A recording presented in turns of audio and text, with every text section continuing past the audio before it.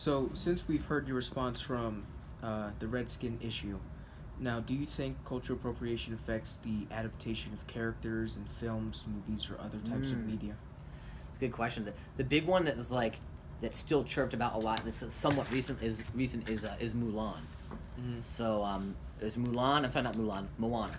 Moana, and it was like there's these Halloween costumes where kids can like put on the suit that has like the tribal Samoan tattoos all over it, and there was a lot of rage about like these have deep cultural significant meaning, and here we are, we're making a costume out of it that kids can just take on and take off the actual significance, and it symbolized and like it's hard. On the one hand, is that like technically true?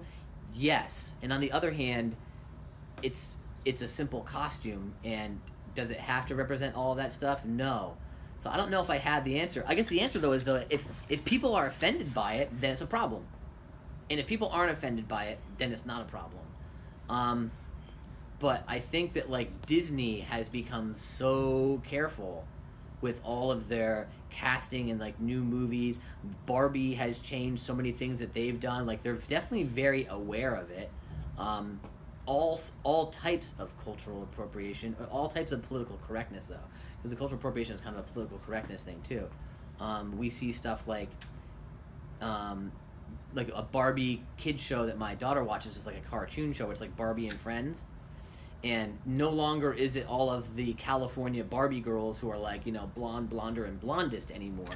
Now in the Barbie and Friends show that my daughter watches, C6, there's an African American Barbie friend.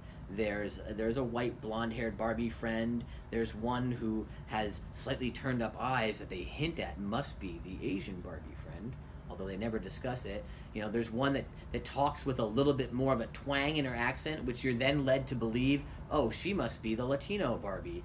Which, on the one hand, it's like they're trying to cover their bases, and then on the other hand, sometimes it almost becomes actually more offensive. Because it's become so apparent. It's like, oh, so there's Black Barbie, and there's Puerto Rican Barbie, and why is Puerto Rican Barbie talking louder than the rest of the Barbies? What are they trying?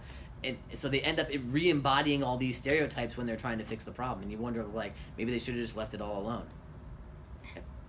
They can't though. If they leave it alone, a couple years back there was a lot of problem with the fact that there was no chubby Barbie. Mm-hmm. That the Barbie was a size 0. Mm-hmm. Now they made a chubby Barbie, but now they also could say, but why did they have to make a chubby Barbie? Barbie is meant to be a beautiful size 0 blonde girl.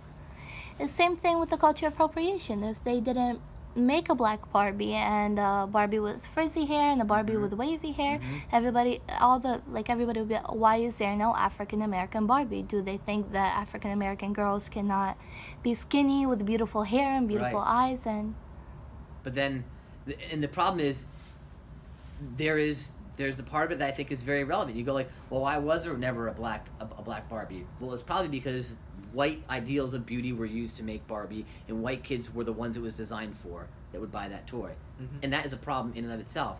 But when you start going down that road, you go, okay, so we're going to make a black Barbie. Well, why don't we have an Asian Barbie? Okay, we got one of those now. Why don't we have a Puerto Rican Barbie? We got one of those. Where's Eastern European Barbie? Where, you know what? I don't see any Barbies in wheelchairs. Where's Barbie that's missing a limb? They Where's have those. Barbie with dyslexia? Where's Erob? Where? So it becomes this slippery slope of trying to become so correct and represent everybody that sometimes it actually almost becomes more offensive. Mm-hmm. That you've gone to all these lengths, and what you end up doing is you end up just re-embodying these stereotypes. And now we have Barbie who she's amputee Barbie. And look at how she can still roller skate though, and and it actually becomes probably more offensive to people who are living with amputations and going through their lives. It's probably more offensive to them than it might have just been to have a regular Barbie.